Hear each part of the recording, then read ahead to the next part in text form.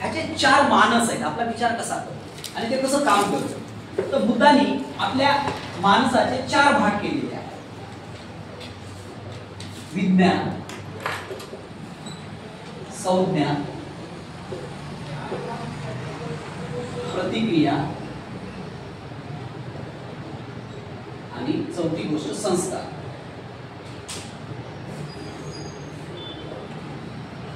आपलं behave pattern कसा का बुद्ध हा बेसिकली त्याच्याबद्दल सांग.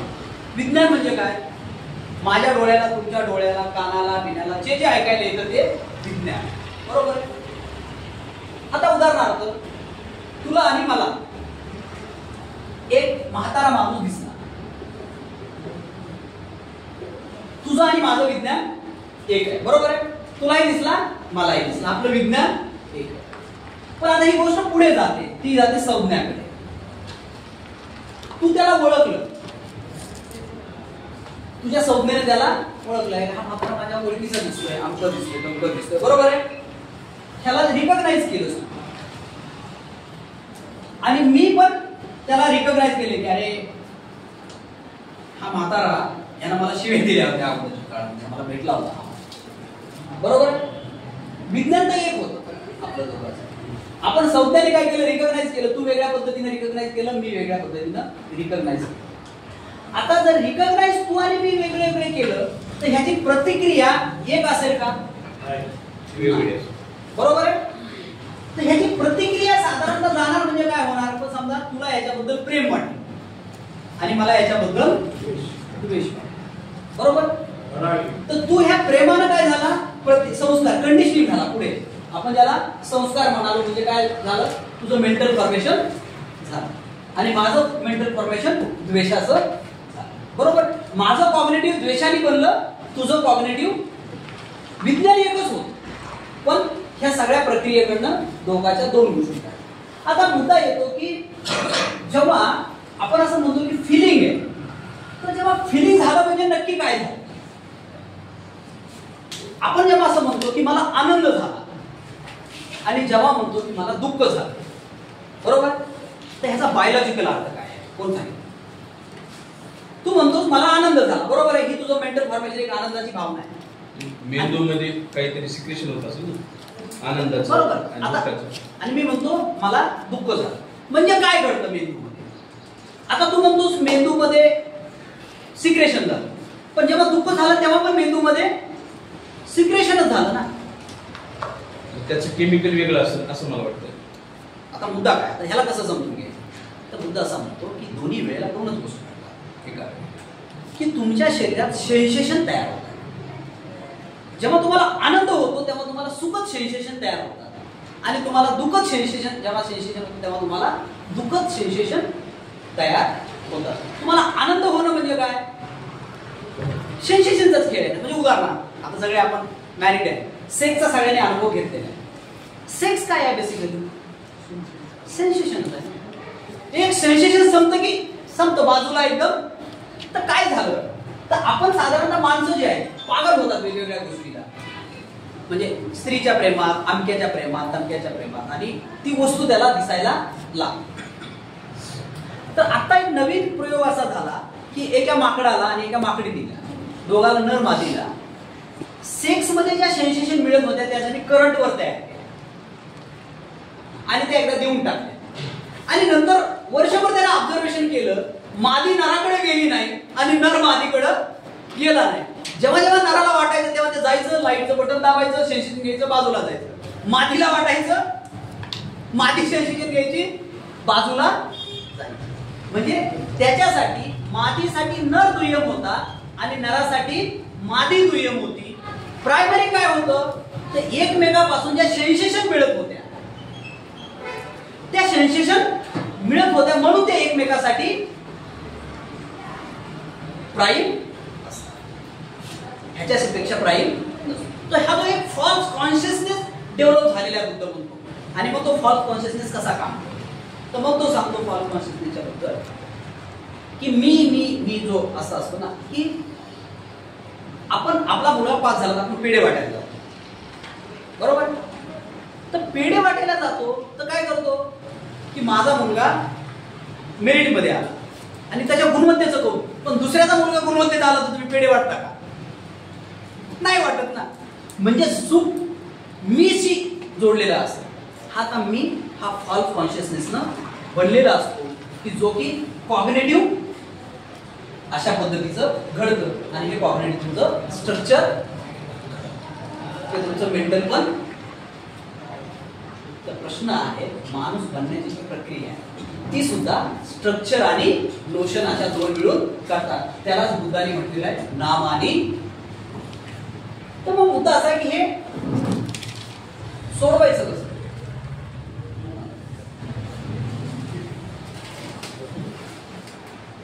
हे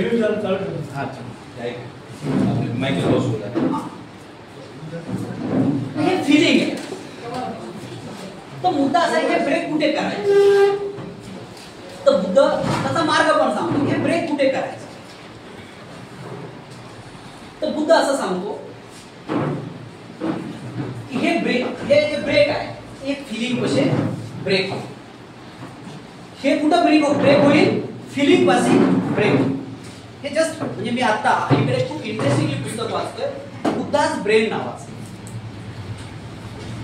आणि त्याच्यामध्ये खूप बुद्धाचा एक मानसशास्त्रीय आणि कॉग्निशनच्या पातळीवर खूप मोठा अभ्यास केला गेलेला आहे की हिथं जर ब्रेक केलं गेलं म्हणजे आपल्याला असा प्रश्न येतो की जगभरामध्ये माणसं बदलत का नाही?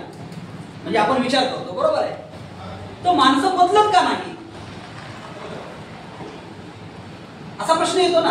आपण कधी कधी म्हणतो मला तू फार तत्वज्ञान सांगतो, पण वागायचं झाल्यानंतर बरोबर आहे. तर तो म्हणतो की कंडिशन. हे काय झालेलं आहे तर माणसाचे दोन मेंदू आहेत. एक आहे मॅमेलियन आणि दुसरा आहे निओकॉर्टेक्स. तर तुम्ही कदाचित अल्बर्ट एलिस यांनी वाचलेला असेल, त्याने रॅशनल इमोटिव्ह बिहेवियर थेरपी मध्ये तो म्हणतो की विचार प्रथम आहे. तर अल्बर्ट एलिस रॉंग आहे. तो म्हणतो विचार पहिल्यांदा. विचारातून काय होतं ते जन्माला येतं. बुद्ध त्याच्या पाठीमागे जातो. तो म्हणतो की नाही मॅमेलियन महत्वाचा आहे. म्हणजे इमोशनल इंटेलिजन्स जी आहे ती असं सांगते की एक किस्सा असा घडला अमेरिकेमधला गोष्ट आहे की एक कपल कुठेतरी बाहेर गेलो आणि अचानकपणे काय झालं, त्याची मुलगी पण सोबत होती आणि त्या कपलला असं वाटलं, त्या मुलीला असं वाटलं की आपण यांना भीती दाखवायची. आणि ती मुलगी घरात आली आणि लपून बसली आणि वडील बाहेर आल्याबरोबर तिने भीती दाखवण्याचा प्रयत्न केला. त्यानं सरळ रिव्हॉल्वर काढला आणि तिला शूट केलं, मारून टाकलं. आता वडिलांना आपल्या मुलीला मारायचं होतं का? पण घडलं काय? तर घडलं असं ताबडतोब की माणसाची जी मूळ मेंदू आहे मॅमेलियन, हा उत्क्रांतीमध्ये जो विकसित झालेला मेंदू आहे तो तीन पद्धतीने काम करतो. त्याला म्हणतात फाईट, फ्रीज आणि फ्लाइट. अशा तीन पद्धतीने करतो. फाईट म्हणजे काय, फ्लाइट म्हणजे काय, जेव्हा संकट येतं त्या काळामध्ये तो माणूस पळून जायचा. पण पळून जर नाही भागलं तो फ्रीज व्हायचा. फ्रीज व्हायचा म्हणजे लपून बसायचा, म्हणजे समस्या सोडवायची नाही, जसं आपण डबडा देवी बघितली. आणि तिसरी गोष्ट हे दोन्ही नाही झालं तर मग फाईट करायला उतरायचं. तर ही जी कॉग्निशन, हे जे तुमचं कॉग्नेटिव्ह घडलेलं आहे, हे कॉग्नेटिव्ह तुमचं बेसिकली मॅमेलियन मेंदूमध्ये घडलेलं आहे. आणि निओकॉर्टेक्स मेंदू जो आहे तो तुमच्या मॅमेलियन मधून विकसित झालेला आहे. निओकॉर्टेक्स मधून मॅमेलियन नाही, मॅमेलियन मधून निओकॉर्टेक्स आहे. आणि जेव्हा संकट येतं, निओकॉर्टेक्स हा तुमच्या नॉर्मल पिरियड मध्ये काम, म्हणजे तुम्ही नॉर्मल असाल ना तर तुम्ही नॉर्मल मध्ये निओकॉर्टेक्स काम करतो. पण जेव्हा संकटाची वेळ येते तेव्हा मॅमेलियन काम करतो आणि मॅमेलियन हा निओकॉर्टेक्सवर मात करतो आणि जिंकतो कोण शेवटी? मॅमेलियन.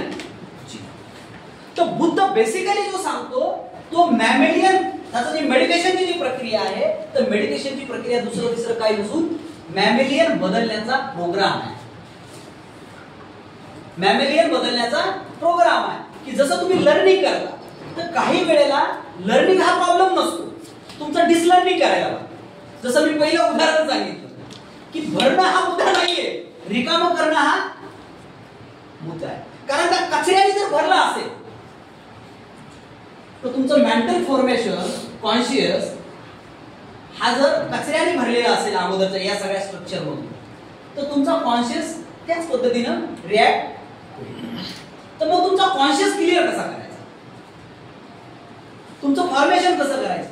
आणि कॉन्शियसनेस हा एकाच वेळेला हा निओकॉर्टेक्स आणि मॅमेलियनच्या माध्यमातून तुमचं कॉन्शियसनेस बिल्डअप होत असतो. आणि मग त्याच्यातून माइंड, बॉडी, कॉन्टॅक्ट, फिलिंग, आणि मग ह्या फिलिंग मधून एक क्रेविंग तयार.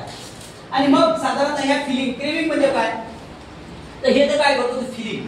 तर बुद्ध सांगतो की व्हॉट एव्हर त्या काळात मेडिटेशन मध्ये what ever it should be just aware, what ever it happen. म्हणजे इथं जेव्हा तुम्ही घडतं तर काय करतो समजा तुम्ही, तर तुम्ही बघा काय करतो. समजा आपण मेडिटेशनला बसतो, तर आपण डोळे झाकून घेतो. पण डोळे झाकून घेतल्याबरोबर आतल्या मेंटल प्रक्रिया बंद होतात का, नाही, मेंटल प्रक्रिया बंद होत नाही.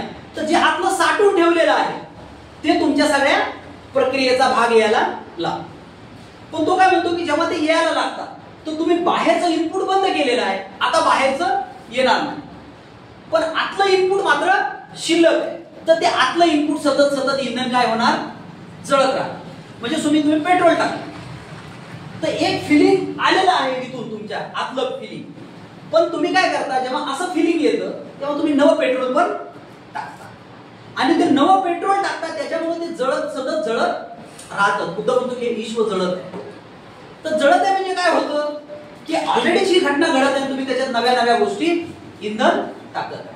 तर बुद्ध म्हणतो की जेव्हा ह्या इंधनामध्ये तुम्ही टाकायला बंद करा तर तुमचं ते फॉर्मेशन कशाचं झालंय, द्वेषाचं, तिरस्काराचं, डिनायल करण्याचं, हे सगळं मेंटल फॉर्मेशन झालेलं आहे ना. द्वेष, तिरस्कार, एकारलापणा, बाकी अशा सगळ्या ज्या अनेक भावनाचं जे आहे, आणि ह्याच्यातून तुम्ही परत परत नव्या नव्या इंधन टाकायला लागता. मेडिटेशन काय करतं की ह्याच्यामध्ये इंधन टाकायचं बंद करतं. इंधन टाकायचं बंद केल्याबरोबर काय होईल, समजा साधा एक प्रयोग आहे की आपण काहीतरी जळत आहे, त्याच्यात नवं इंधन टाकलं नाही तर ते जळेल जळेल आणि शांत होईल. नवं काहीच त्याच्यामध्ये जन्माला येणार नाही. नवं जर जन्माला आलं नाही, हिथंच थांबलं तर क्रेविंग जन्माला येणार. क्रेविंग जन्माला आलं नाही, ग्रॉस्पिंग जन्माला येणार नाही. ग्रॉस्पिंग जन्माला आलं नाही, बिकमिंग जन्माला येणार नाही. बिकमिंग जन्माला आलं नाही तर बर्थ येणार नाही. बर्थ जन्माला आलं तर ओल्ड आणि डेथ जन्माला येणार नाही. आणि ओल्ड आणि डेथ जन्माला नाही आलं तर इग्नोरन्स जन्माला आलं नाही. आणि इग्नोरन्स जन्माला आलं नाही, निब्बाण प्राप्त. निब्बाण ही बेसिकली मानसिक आरोग्य एकदम कंप्लीट. म्हणजे जगात बुद्धाचं असं म्हणणं आहे की जगातली सगळी माणसं मानसिकरित्या वेडे आहेत. सगळी माणसं जगात, फक्त तोच वेडा नसतो जो अनंत पदाला प्राप्त झालेला नसतो, तोच आहे.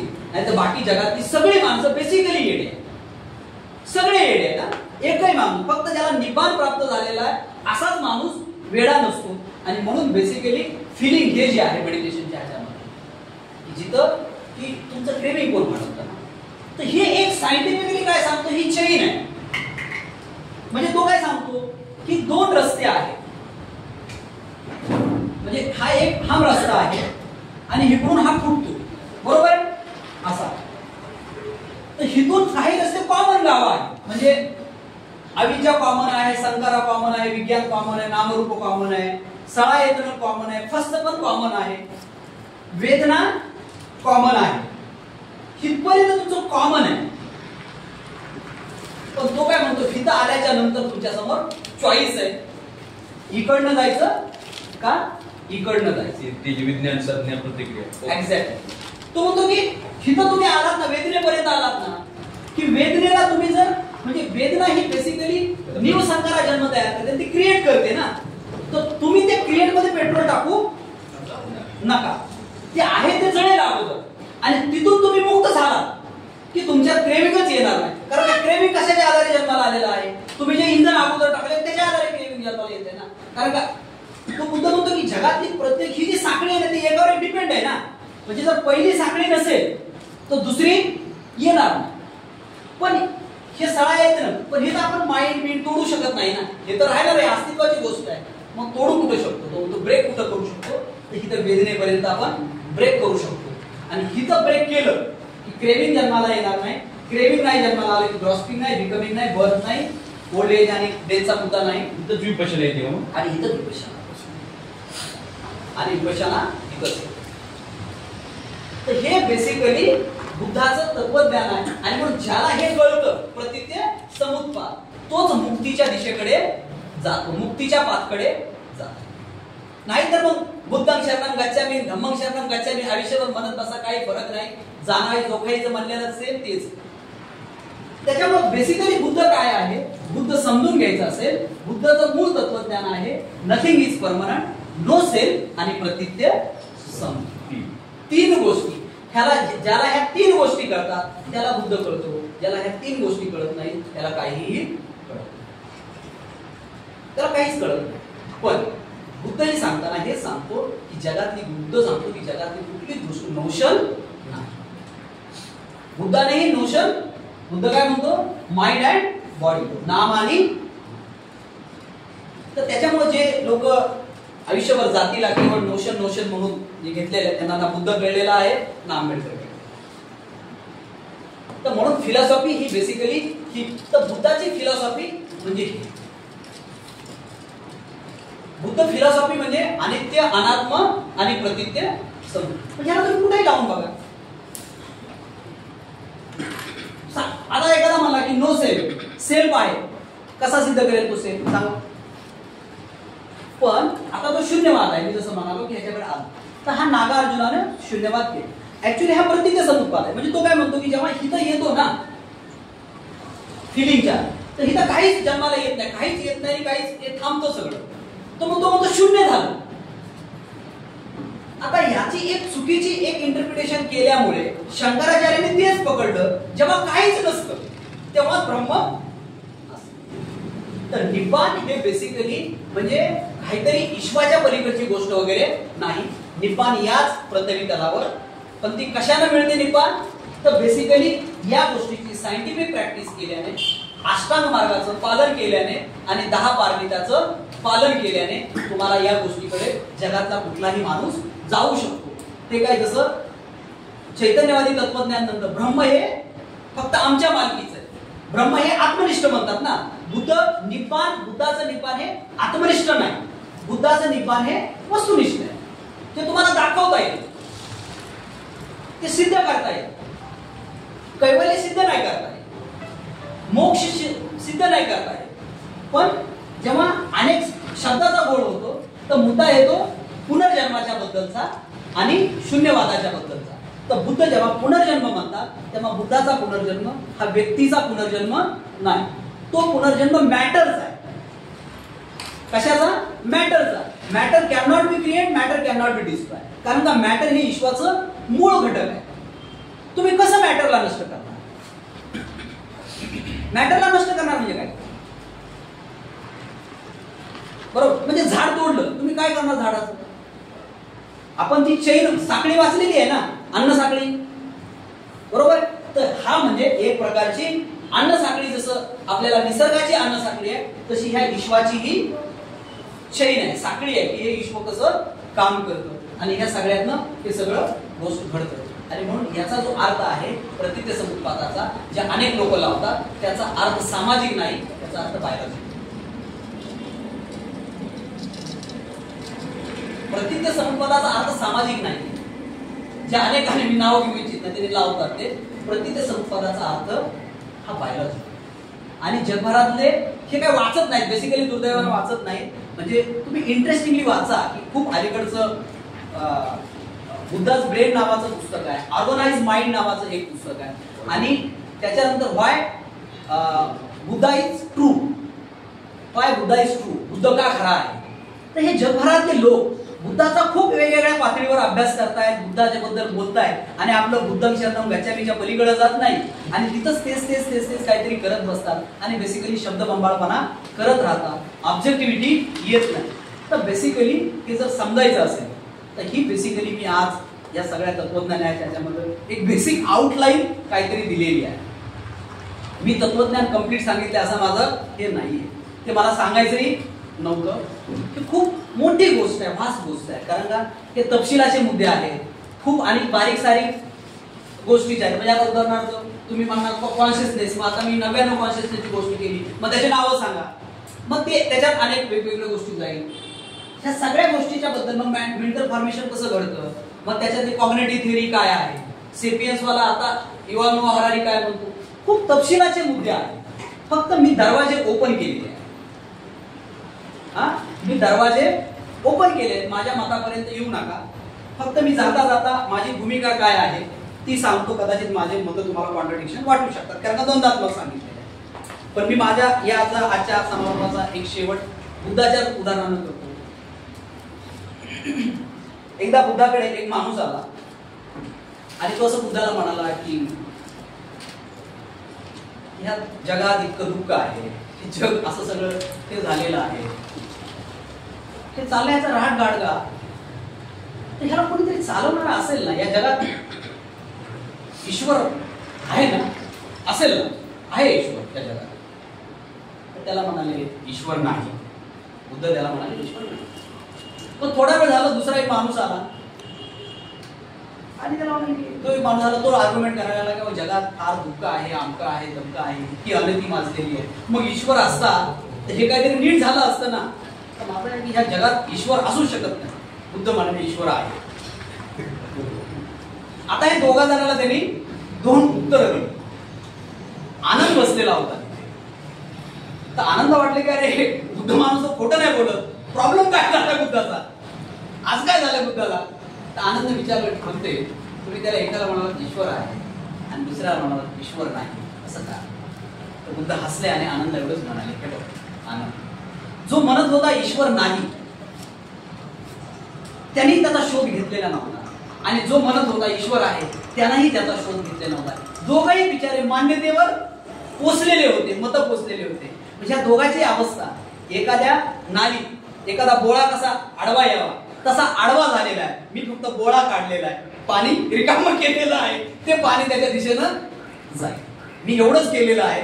तुमच्या विचार प्रक्रियेतला जो बोळा होता, सगळ्यात म्हणजे आपल्या मानवी विचार प्रक्रियेतला जो बोळा आहे, तो बोळा मी बाहेर काढण्याचा अडथळा, तो मी बाहेर काढण्याचा प्रयत्न केलेला आहे.